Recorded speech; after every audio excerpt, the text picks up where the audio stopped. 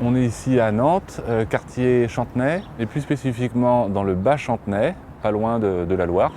Dans le quartier Bas-Chantenay, on est sur une rue, la rue du Bois-Hardy.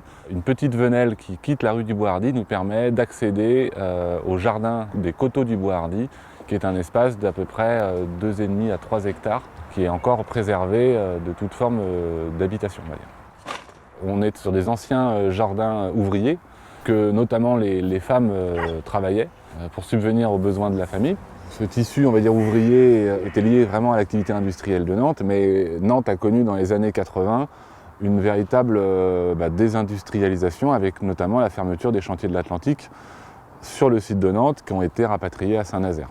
Depuis à peu près 15 ans, la ville de Nantes préempte les terrains qui sont situés sur les jardins du Coteau du Bois-Hardy dans la perspective de faire un projet de réaménagement urbain. En 2017, la mairie est venue pour exposer le fait qu'ils allaient lancer le début de la concertation autour d'un projet de réaménagement urbain sur ce secteur-là.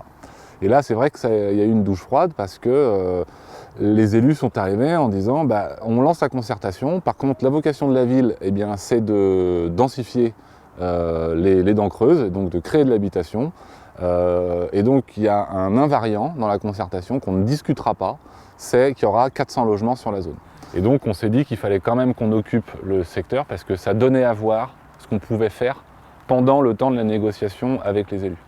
Donc au départ, c'était surtout cette parcelle-là, là où on est situé, qui a été mise en production de manière en jardin partagé. Et puis l'esprit un petit peu de montrer ce qu'on pouvait faire sur le site s'est développé et de nouvelles personnes sont arrivées. C'est-à-dire qu'aujourd'hui, on est à peu près une quinzaine sur un noyau dur, on est une cinquantaine de jardiniers et il y a à peu près 300 ou 350 personnes qui suivent l'ensemble des activités sur la zone.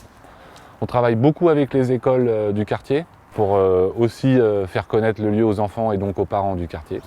On a décidé de ne pas investir tous les terrains pour faire de l'alimentaire, mais aussi pour garder des espaces de biodiversité. Le seul point commun entre tous ces jardins, c'est qu'on n'utilise aucun pesticide et qu'on est tout en agriculture biologique, même si on n'a pas le label. Mais en tout cas, il n'y a aucun produit chimique qui vient sur la zone. Au-delà des aspects alimentaires, biodiversité, c'est aussi un lieu de convivialité. Donc on fait beaucoup de moments un peu festifs et notamment des événements culturels. On fait venir des artistes, surtout cette année avec le Covid, il y avait des besoins des artistes de s'exprimer. À minuit, on arrête tout, alors pour respect pour les voisins, mais aussi pour que la faune sauvage reprenne un peu ses droits, notamment les chauves-souris et les rapaces nocturnes. La concertation s'est terminée, on a écrit au préfet, on a écrit à la métropole, on n'a pas eu de réponse. Et du coup, on a décidé de faire une conférence de presse pour expliquer toute l'histoire du lieu et toute l'histoire du collectif, la vision et l'attitude difficile de coopération de la ville de Nantes. Ça s'est traduit par une rencontre en décembre 2019, donc 3 mois avant les élections.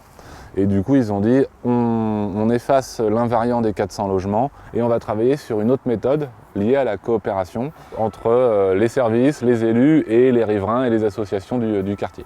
Mais dès qu'on touche à leur cercle un peu régalien, selon eux, de la planification urbaine et dès qu'on confronte une autre vision, là on se rend compte que les moyens du dialogue citoyen ne sont pas du tout mis en œuvre pour essayer de travailler sur de la coopération. Et c'est un constat qu'on partage auprès de tous les autres collectifs de jardins en lutte à l'échelle de la métropole.